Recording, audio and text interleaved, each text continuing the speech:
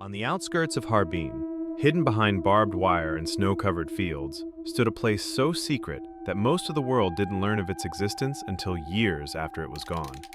Locals whispered about strange noises that echoed at night, shadows moving behind frosted windows, and trucks arriving full but leaving empty.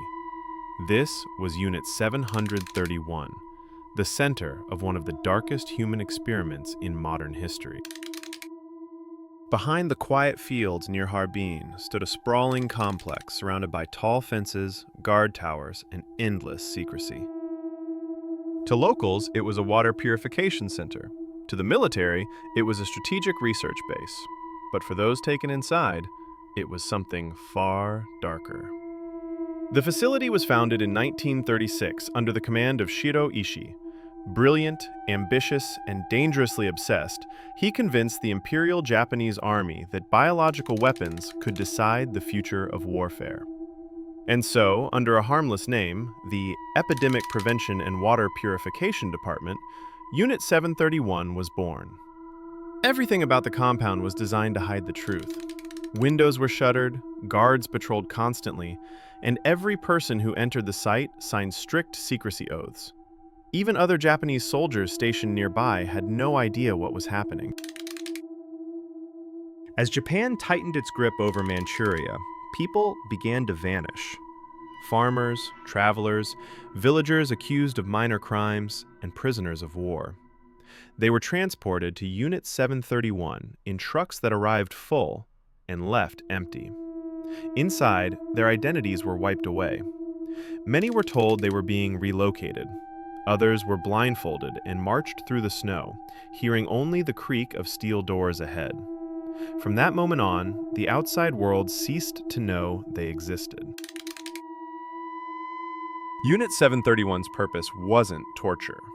It was gathering data. Prisoners were infected with plague, cholera, and anthrax, so researchers could track symptoms in real time.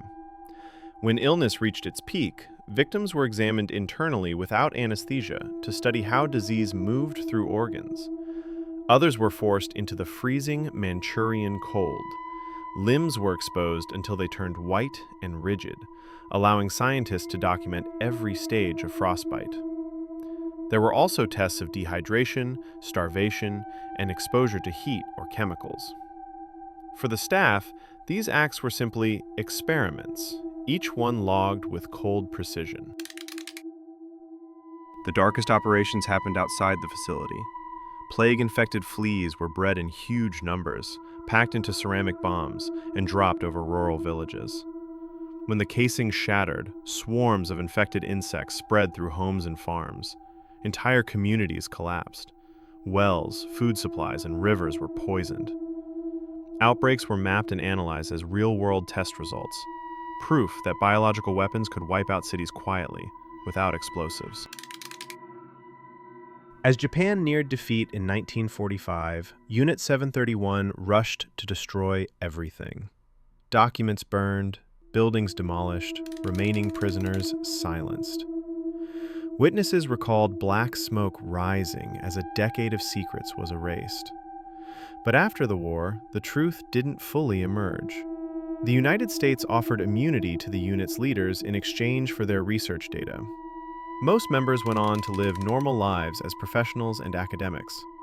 Today, the story is reconstructed from fragments, survivor accounts, scattered documents, and the ruins of the compound still standing in silence. A reminder of how far science can fall when guided by cruelty instead of ethics.